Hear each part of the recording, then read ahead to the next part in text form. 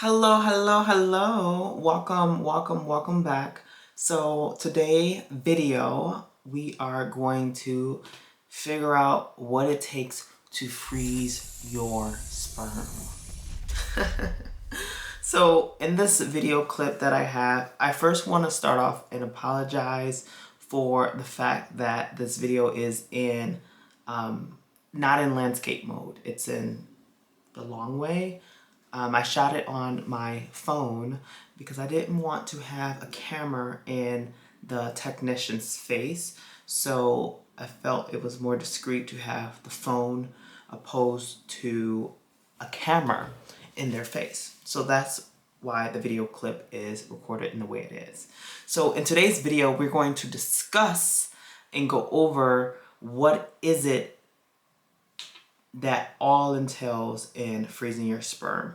So I'm not going to tell you, I'm going to let the technician go through the details of the sperm bank, where they keep the sperm, how the sperm is frozen, and so forth and so on. And when you're ready to get it delivered for your physician, artificial insemination, and what that delivery tank looks like.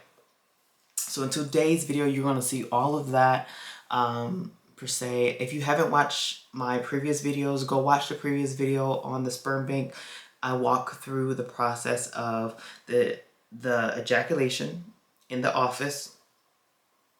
I talk about why I'm choosing to freeze my sperm, and things like that. If you don't know what a sperm bank is, it's where people donate their sperm for people who can't have babies or for whatever you want in the future. So if you want to perceive and have kids, you can do so. If you want to, maybe you don't know if you want to have babies, but you want to have that cushion just in case if you decide ever to have babies, you can at that time. I am working on my voice.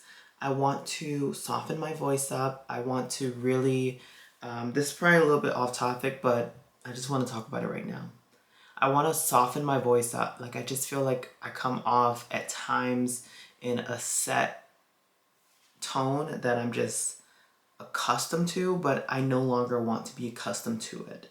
I want to soften it up a little bit. I'm trying to see which voice tone sounds best for me and most comfortable.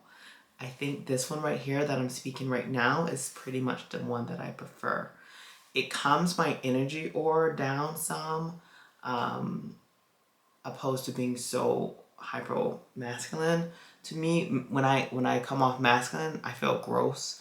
I have something going on with me where some people call it gender dysphoria.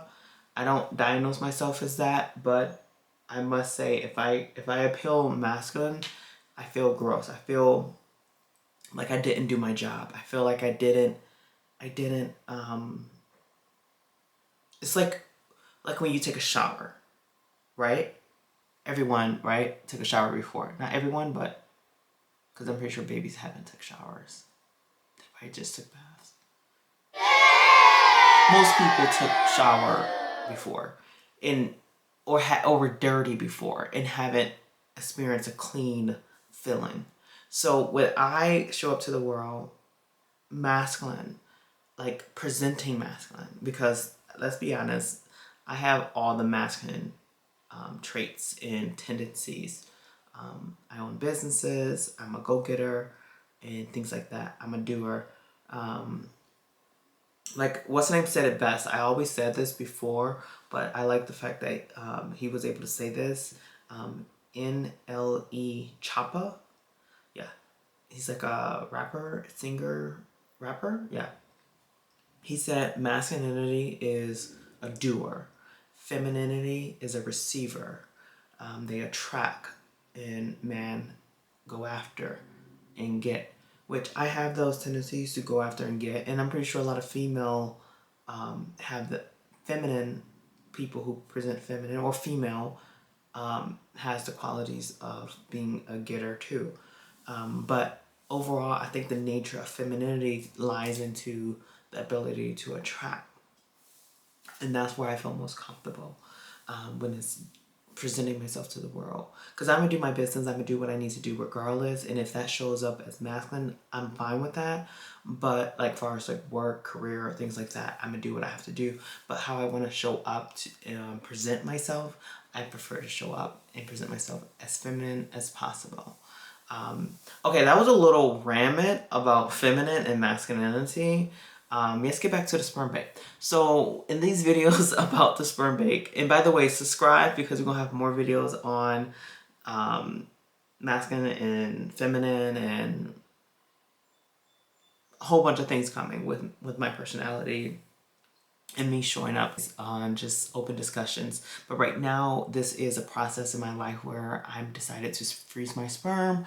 And I thought it was very cool how I had the opportunity to have a walkthrough of the sperm bank itself, of what it's like, of that process of freezing your sperm, where the sperm would be held, what they use, and so on and so forth. And also I have a clip of the lady walking me to the room where you go and ejaculate into a cup where they can freeze your sperm. So I have that clip. I didn't have that clip in the previous video, so that is new content. I do have a clip already in my previous video of the room, but this video you can see her walking me through the video of this is where you're going to ejaculate, this is what we need in a cup, make sure you get it all in there, things like that. So anyone who ever is considering going to a sperm bank, I highly recommend watch this video to the end, just where you can have a little bit clarity of what it's like, because I didn't have a video for myself of what it's like to donate, not donate, because I'm not donating sperm, to put my sperm in a sperm bank. So it was nice to now have this opportunity to give back and share my experience, and also share educational things about sperm banking, to freeze your future, you know, things like that. So enjoy these video clips, and I will see you all on the next video, and stay tuned. Mwah. When you're done, you can come back in here and just have a seat. If nobody's around at the microscope, just ring the doorbell. Have a seat right there. Yep, and you're the only person here. You can always call out, say hello, you know. Yes. Yes. We'll show you in there after. Okay. So this door deadbolts from the inside for your privacy. Okay. We clean everything all the time, but if you're comfortable, we leave all these towelettes here. You can open them up, sit on them, put them wherever you feel And I heard no comfortable. saliva, no solution, no nothing. Correct, Okay. correct. This you can put on background noise for just, you know, noise out and use anything you want on your phone.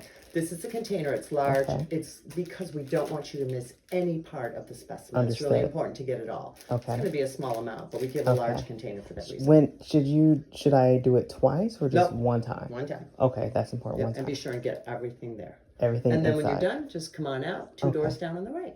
And sit in that chair like you showed me the black chair. Or just holler out. But there's a doorbell there if nobody's there. I'll listen for you. Thank I'll you be so out there. much. You're welcome. Take your time. Mm-hmm.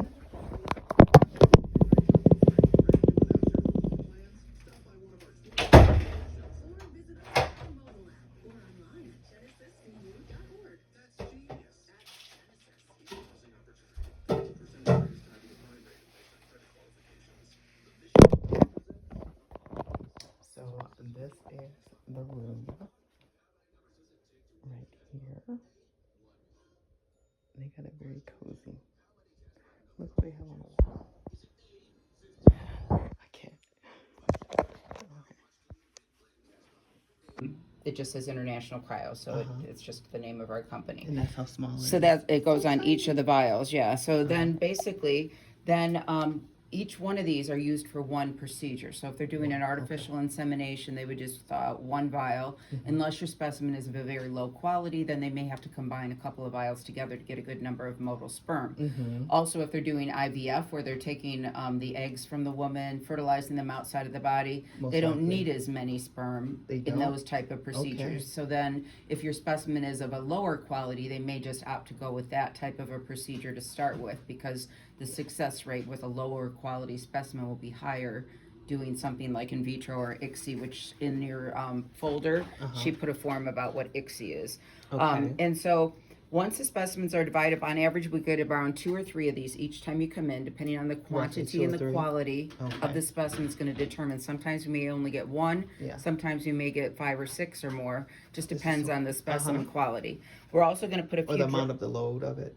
Well, I mean, just the amount of the seminal fluid that's in the specimen is going to determine also how many vials we're able to get. So Okay. the quantity of the specimen is not as important as the quality, because we can always add a little bit of fluid to it to try to extend it. Yeah. But if the sperm count is lower, then we have to put more in each vial to try to get a good number of sperm in each specimen that we're putting, Make that it we're doable, doing. yeah. So then once the specimens are divided into the vials, we're also going to put a few drops of the specimen in a separate vial, and that's the portion that we thaw out tomorrow to see how it survived the freezing. So we're only thawing out those couple of drops. The rest of it remains frozen. The specimens are then stored in boxes like this. So the tanks basically Whoa. have metal racking systems that pull up, and these boxes slide into those racks, and basically they're stored in deep storage until you're ready to use them. So they go in with these triangular box. That slide into these racking systems, and we divide them into more than one storage unit, so your specimens are not all stored in the same storage tank. They're not. So if we ever had a problem with one storage tank, your specimens are not all stored in the same tank. We do that on purpose, just in case something were to happen. We've been in business for over 47 years. We've never had any problem with any of our storage units, but this is the reason that we do this. We divide them up into more than one storage unit. So the tanks themselves, Smart. yeah, You learn as you go, right? Right. The tanks themselves are do not run on any type of an electricity source, because they are measured and filled with liquid nitrogen on a daily basis. They're like a large thermos that is filled with liquid. The alarm systems that monitor the tanks on a 24-hour right here? basis, that is hooked up to our central alarm system, are monitored 24 hours a day. So obviously, if we're here in the office, we would hear the alarm going off audibly in the office. But if it happens to be at night or on the weekend, it's hooked up to our alarm system, so the alarm company would notify us immediately if there was an issue. We all live within a short distance of the facility, and they have a list of names of people. So if they don't reach the first person, they would go to the next person until they reach somebody to let them know there is an issue. And again, like I said, we've never had a problem with a tank failure, but there is always that possibility. Yeah. Once the specimens then are frozen and put down into storage, then they can be stored indefinitely, as long as you wish to keep them. They've had pregnancies greater than 30 to 40 years later with frozen specimens. It all started in the animal industry, freezing prize horses and bull semen and so forth. So that's how it started. That's how it started. And they've been using those specimens for years. Obviously, humans don't usually keep them for that length of time. Yeah. I mean, once you get to a certain age, you either are going to use them or you're going to decide you don't want to keep them any longer and so forth. When we get ready to use the specimens, we can ship them to the physician of your choosing. Okay. And they basically go in a smaller version of the storage tanks. These will keep them frozen for a They week. ship it with that? We ship it in this, and it goes Inside into that? a protective dome that goes over it when it's being shipped. But yes, it goes via FedEx, or if it's in the Detroit metro area, we use a local courier service to send them. But they can be shipped to anywhere in the United States. We don't ship out of the country, but we do ship to anywhere in the United States. So if you happen to move out of Michigan, you do not have to have your specimens moved with you. You can wait until you're ready to use them, and then we would just ship them directly to the physician of your choosing. Okay. We do highly recommend that you would seek a fertility specialist, because they're going to be able to pinpoint the ovulation cycle more accurately, know how to handle and thaw the frozen specimens. You're going to have a limited number of specimens, so you don't want to just go to any doctor that doesn't really know what they're doing, because they may go through a lot of your specimens without, really pinpointing when the woman is ovulating and that sort of thing. So you just wanna special make is sure. important. Yeah. Okay. So you just want to make sure you go to somebody who really knows what they're doing. What And they're doing. and if Specialize in it. and when you get to that point, if you want, you can always call us. We can give you Recommendations. recommendations of doctors that we work with that we know are really good. So it's up to you. Okay. But as far as the specimens go, we only do ship to licensed physicians. Okay. So there's some people that would like to do like an at-home insemination and so forth, and we do not ship Really? directly to patients' homes and so forth. Okay. Plus, again, you're dealing with a limited number of specimens. You don't want Yeah. to waste It's the an specimens investment, by too. doing it at home and then not having it thawed correctly, or not pinpointing an ovulation, or not being able to do an intrauterine insemination, which is up a little higher in the female reproductive system than where a specimen would go, say, during intercourse or something of that nature. So. Exactly. And so that's pretty much it. So, Now, is my specimens going to be in that container with other oh yeah, people? yeah, Other because these babies? will hold like 75 vials. Okay. So these tanks hold about 4,000, and then the larger tanks hold about 16,000. 16,000. Whoa. So yeah, like that size, or these 3 in the corner and so forth. Now those are donor specimens. They're stored in a slightly different manner. They're like on canes liquid. like that. So that's the liquid nitrogen. Yeah. Okay. So, and that tank is just donor specimens. That's not patient specimens. So. Understood. So, and that's pretty much it. Well, thank you so much for explaining everything. I feel very confident and comfortable after going through all that. Well, let me know feel if like you I'm have any being- questions, you know, because as we go on, we're going to be giving you a lot of information, and it's I know a lot. it's a lot thrown at us. So just, if you think of something when you get home, when you call tomorrow to get your results in the afternoon as to how this specimen did, we can just answer any questions. Just keep us, you know, And the keep it time moving. call tomorrow between 1. Anytime after 1, and we're here until 4:30. So I would say if you want to get your results, call between 1 and 4. That gives us time to, you know, have a conversation instead of us running out the door right at 4:30 when you're trying to ask questions. So I'm excited. all right. Thank you It was again. good to meet I you. appreciate you so much. Of Enjoy course. this wonderful day, okay? You as well. Bye now. All right. Bye-bye. And you're all, did you... Hello. So that was the video clip that you all just watched. I'm looking forward to hearing that you all enjoyed it. Remember to like, comment, and subscribe. And I am out of here. Stay tuned to my next video. There's going to be more coming soon. Right now, I'm on this row of posting every day. We aren't letting up. We are going to put ourselves out there. So I encourage you all to do something new today, or do something that you want to be consistent in. On that note, I love you all because I love myself.